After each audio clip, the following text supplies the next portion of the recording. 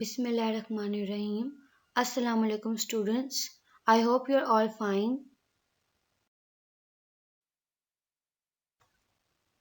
So class we're going to start chapter number 9, forces and machines. And the topics of our today's lecture are forces and weight, measuring forces, turning effect of forces, machines, levers, classes of levers.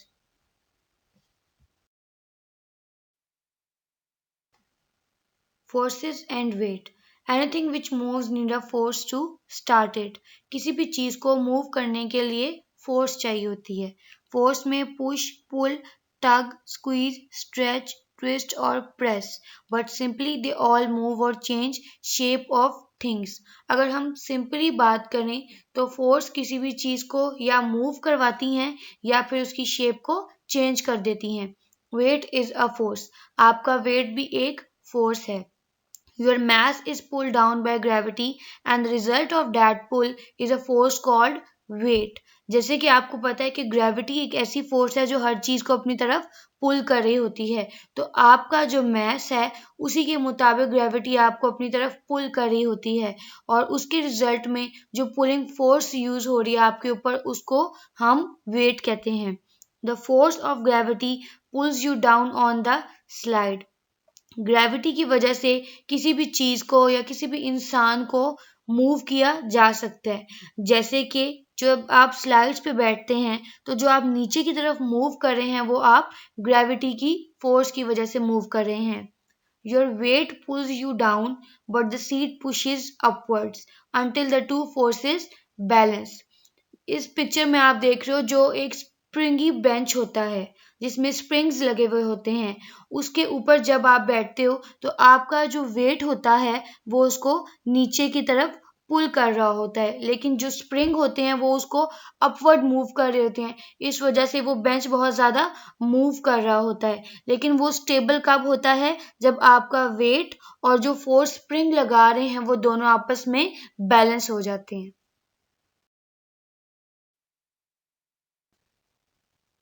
Measuring forces. Forces are measured in newtons. Forces को measure करने के लिए जो unit use किया जाता है उसको हम न्यूटन कहते हैं. If you hang a 1 kg mass on a piece of string, it will pull the string with a force of 9.8 newtons or nearby 10 Newton's.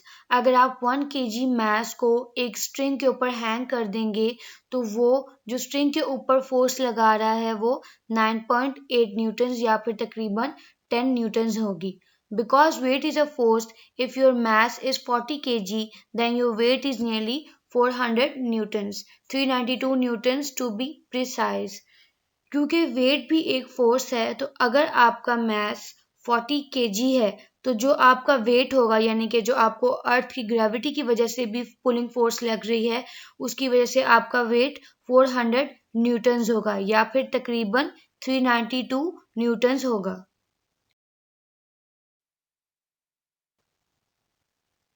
Turning effect of forces.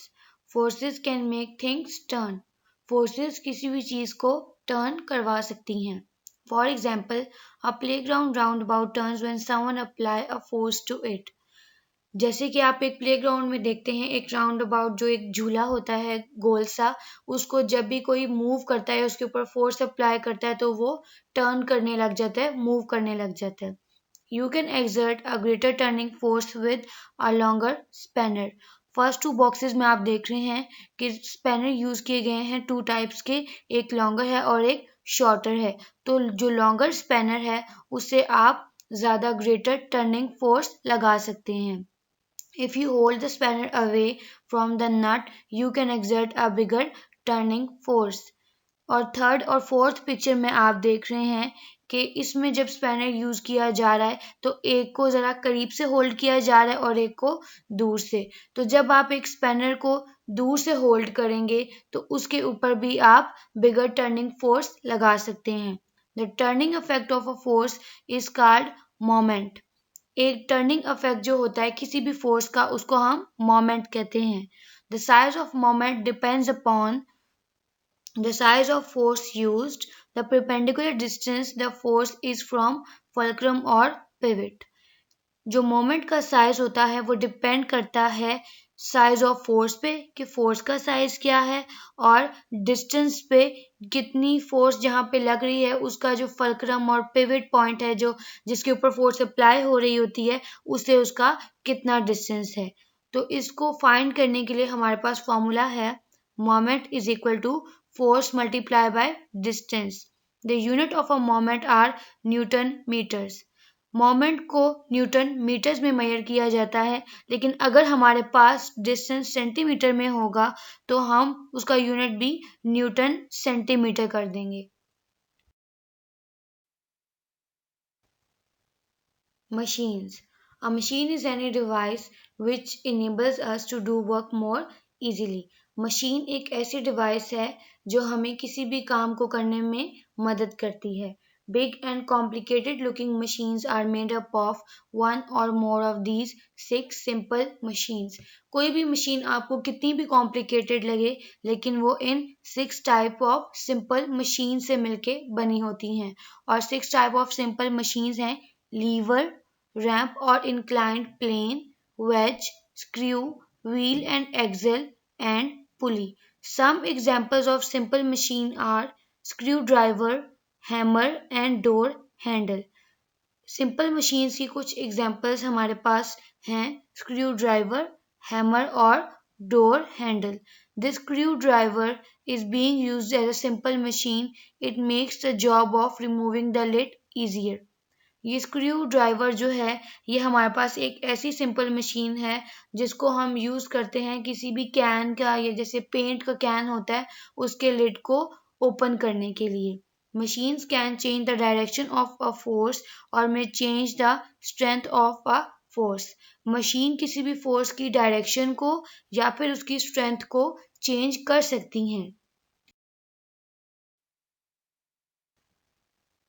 Levers.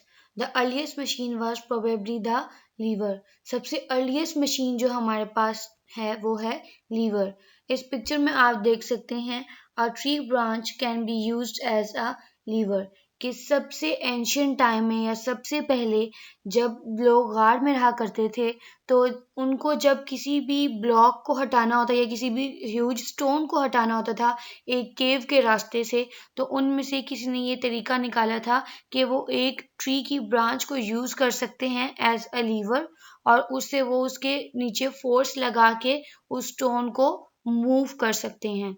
Now a days we use levers for lifting pulling and turning. अब हम levers को lifting के लिए pulling के लिए या फिर turning के लिए यूज करते हैं।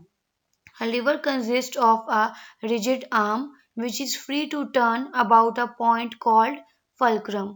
लीवर में एक रिजिड आर्म यानी कि मूवेबल आर्म प्रेजेंट होती है जो कि फ्रीली मूव करती है एक पॉइंट के गिर्द और उस पॉइंट को हम फल्क्रम कहते हैं। The fulcrum is a pivot. Fulcrum एक पिविट पॉइंट है। पिविट का मतलब central point. The effort force push और pull act on one end of lever. Effort जो है वो लीवर के एक साइड पे लग रही होती है और उस एफर्ट का मतलब है कोई भी पुश और पुल की force. On the other end load is present which moves lever in opposite direction to the effort force. और दूसरी डायरेक्शन में लोड प्रेजेंट होता है जो कि एफर्ट फोर्स की वजह से ऑपोजिट डायरेक्शन में मूव करता है। जैसे इस पिक्चर में आप देख रहे हैं कि जो टॉप एंड है उस पे एफर्ट प्रेजेंट है। एफर्ट का मतलब कोई भी फोर्स जहाँ पे अप्लाई होगी और दूसरी साइड पे लोड है। लोड का मतलब कोई भी ऑब्जेक्ट जिसको हमने मूव करवाना है। और सबसे सेंटर में एक फल्क्रम पॉइंट है जो कि सेंट्रल पॉइंट है और उस पे एक लीवर मूव करेगा। The greater the distance from the fulcrum to the effort the more power you can get from a lever. जितना ज़्यादा फल्क्रम का डिस्टेंस होगा एफर्ट से उतना ज़्यादा आप लीवर को मूव करने के लिए फोर्स या पावर अप्लाई कर सकते हो। अब हम लीवर्स की क्लासेस पढ़ेंगे। सबसे पहले है first class lever. First class lever has fulcrum between effort and load. ये सबसे टॉप पे जो पिक्चर है इसमें भी आप देख सकते हैं कि इस फर्स्ट क्लास लीवर में जो फल्क्रम होता है वो एफर्ट और लोड के दरमियान में प्रेजेंट होता है। इसकी एग्जांपल्स हैं seesaw, car jack, pair of pliers और सीजर्स जिसमें टू फर्स्ट क्लास लीवर्स को आपस में जॉइन किया गया होता है, water pump, set of weighing scales, crowbar and claw hammer. Features of first class lever are because load is greater than effort, this lever produces a large force from a small force, it is a force magnifier. क्योंकि इसमें जो load है वो effort से ज़्यादा greater होता है, इस वजह से ये लीवर जो फोर्स प्रोड्यूस कर रहा है वो एक स्मॉल फोर्स है, लेकिन जो लोड हम मूव कर रहे हैं वो ज़्यादा ग्रेटर है। इसकी वजह से ये एक फोर्स मैग्नीफायर या फिर फोर्स को इंक्रीज करने वाला लीवर है। The effort moves more than the load, जो एफर्ट है वो लोड से ज़्यादा मूव करेगी। Fulcrum is nearer to load than the effort to increase the turning effect of effort. Fulcrum जो है वो लोड के ज़्यादा करीब होगा जिसकी वजह से जो एफर्ट का टर्निंग इफेक्ट है वो ज़्यादा होगा। अब जो नीचे आपको पिक्चर्स दी गई हैं ये एग्जांपल्स हैं वही जो भी हमने ऊपर देखी हैं फर्स्ट क्लास लीवर की, और इसमें आपको लेबलिंग नज़र आ रही होगी LEF। एफ का मतलब है फल्क्रम, एल का मतलब है लोड और ई का मतलब है एफर्ट। तो जिस तरह ये लेबलिंग की गई है उसी तरह इन सब चीज़ों के अपने एक फल्क्रम पॉइंट है जिन पे फोर्स अप्लाई हो रही है, अपना एक लोड है जिस पे काम हो रहा है या जिसको मूव किया जा रहा है, और अपना एक एफर्ट पॉइंट है जहाँ पे फोर्स को अप्लाई किया जा रहा है। Second class lever. In this type of lever, load lies between fulcrum and effort. Second class lever में जो लोड होता है वो एफर्ट और फल्क्रम के दरमियान में प्रेजेंट होता है, और इसकी एग्जांपल्स हैं wheelbarrows, doors, nutcrackers, paper cutters and bottle openers. Features of second class lever are it produces a large force from a smaller force and act as a force magnifier. ये जो है ये smaller force apply कर रहा होता है, लेकिन उसकी वजह से जो टर्निंग इफेक्ट आ रहा होता है या जो फोर्स अप्लाई हो रही होती है वो लार्जर होती है। इसकी वजह से हम इसको भी फोर्स मैग्नीफायर कह सकते हैं। Fulcrum is usually closer to the load which increases the turning effect of effort. जो फल्क्रम होता है वो लोड से ज़्यादा करीब होता है, इसकी वजह से जो अफेक्ट होता है एफर्ट का या जो टर्निंग इफेक्ट होता है वो ज़्यादा होता है। इसमें भी नीचे आपको पिक्चर्स दी गई हैं जो कि इसकी एग्जांपल्स हैं, और इनमें भी उसी तरह लेबलिंग हुई हुई है। तो जो एल है इन सब एग्जांपल्स का वो उनका लोड है जिसके ऊपर काम किया जा रहा है या जिसको मूव किया जा रहा है। ई जो है वो इन सब की एफर्ट की प्लेस है जहाँ पे फोर्स को अप्लाई किया जा रहा है, और फल्क्रम सबका सेंट्रल पॉइंट है जिस पे वो चीज़ मूव कर रही है। Now move on to question answers. Question number 2. Using a crowbar or some other lever to move a large log is easier than lifting it up with your hands. Does this mean that because of the crowbar or other lever you are doing less work? Explain your answer. आपसे पूछा गया है कि अगर आप एक रो बार को use कर रहे हैं किसी भी लार्ज लॉग को मूव करने के लिए बजाय इसके कि आप उसको अपने हैंड से मूव करें, तो क्या इसका ये मतलब है कि आप लेस वर्क कम कर रहे हैं? Explain your answer. Answer is using a crow bar or some other lever to move a large log is making use of the turning effect of forces to produce a larger force. तो जब आप एक crow बार को use कर रहे होते हैं किसी लॉग को मूव करने के लिए, तो इसका मतलब होता है कि आप फोर्सेस के टर्निंग इफेक्ट को वहां पे प्रोड्यूस करवा रहे हैं एक लार्जर फोर्स में। This does not mean that you are doing less work because work is force multiplied by distance. इसका ये मतलब नहीं है कि आप लेस वर्क कर रहे हैं, क्योंकि वर्क का क्या डेफिनेशन है? Force multiplied by distance. जब हम फोर्स को मल्टीप्लाई करेंगे डिस्टेंस से तो हमारे पास वर्क आ जाएगा। In this case, you are using a smaller force but moving it over a greater distance. तो इस कंडीशन में आप एक स्मॉलर फोर्स को अप्लाई कर रहे हैं, लेकिन उस ऑब्जेक्ट को आप एक ग्रेटर डिस्टेंस पे मूव करवा रहे हैं.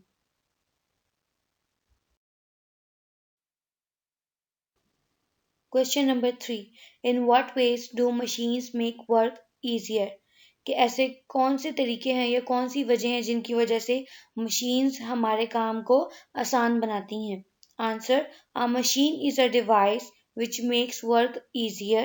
In most machines, a small force, the effort is used to overcome a larger force called the load. Machines ऐसी डिवाइस हैं जो हमारे काम को आसान बनाती हैं, और ज़्यादातर मशीन्स में क्या होता है कि एफर्ट जो कि एक स्मॉलर फोर्स है वो ओवरकम करती है एक लार्जर फोर्स को, जिसको हम लोड कहते हैं. इसका मतलब कि जितना हैवी ऑब्जेक्ट है उसको आपके लिए मूव करना बहुत मुश्किल हो जाएगा, लेकिन मशीन्स के ज़रिए स्मॉलर फोर्स भी अप्लाई करके उस लार्जर फोर्स या लार्जर लोड वाली ऑब्जेक्ट को आप इजीली मूव कर सकते हैं. Question number 4. What is meant by effort and load when we talk about levers? कि लीवर्स में एफर्ट और लोड का क्या मतलब है? Answer. The effort is the force that you apply to a simple machine such as a lever to move the resisting force called the load. Effort का मतलब कि कोई भी फोर्स जो आप किसी सिंपल मशीन को अप्लाई कर रहे हो, जैसे कि हम लीवर में कर रहे थे, और उसको अप्लाई हम क्यों कर रहे हैं? To move a resisting force, जिसको हम लोड कहते हैं. रेजिस्टिंग फोर्स का मतलब यहाँ पे ये कि लोड एक हैवी ऑब्जेक्ट होगा, तो उसको आप अपने हैंड से मूव नहीं कर सकते, वो आपके लिए बहुत हैवी होगा. तो सिंपल मशीन से आप एक स्मॉलर फोर्स को यूज करके उस हैवी लोड को मूव कर सकते हैं. सो स्टूडेंट्स, आई होप आपको आज का लेक्चर समझ आया होगा. इन टॉपिक्स को आपने अच्छी तरह पढ़ लेना है, और जो क्वेश्चंस आज हमने किए हैं उनको अपनी कॉपीज पे नोट करके उनकी पिक्चर बना के व्हाट्सएप ग्रुप में सेंड करनी है, ताकि आपका काम वहाँ से चेक किया जाए. मिलते हैं अपने नेक्स्ट लेक्चर में. तब तक के लिए अल्लाह हाफिज. Stay home, stay safe.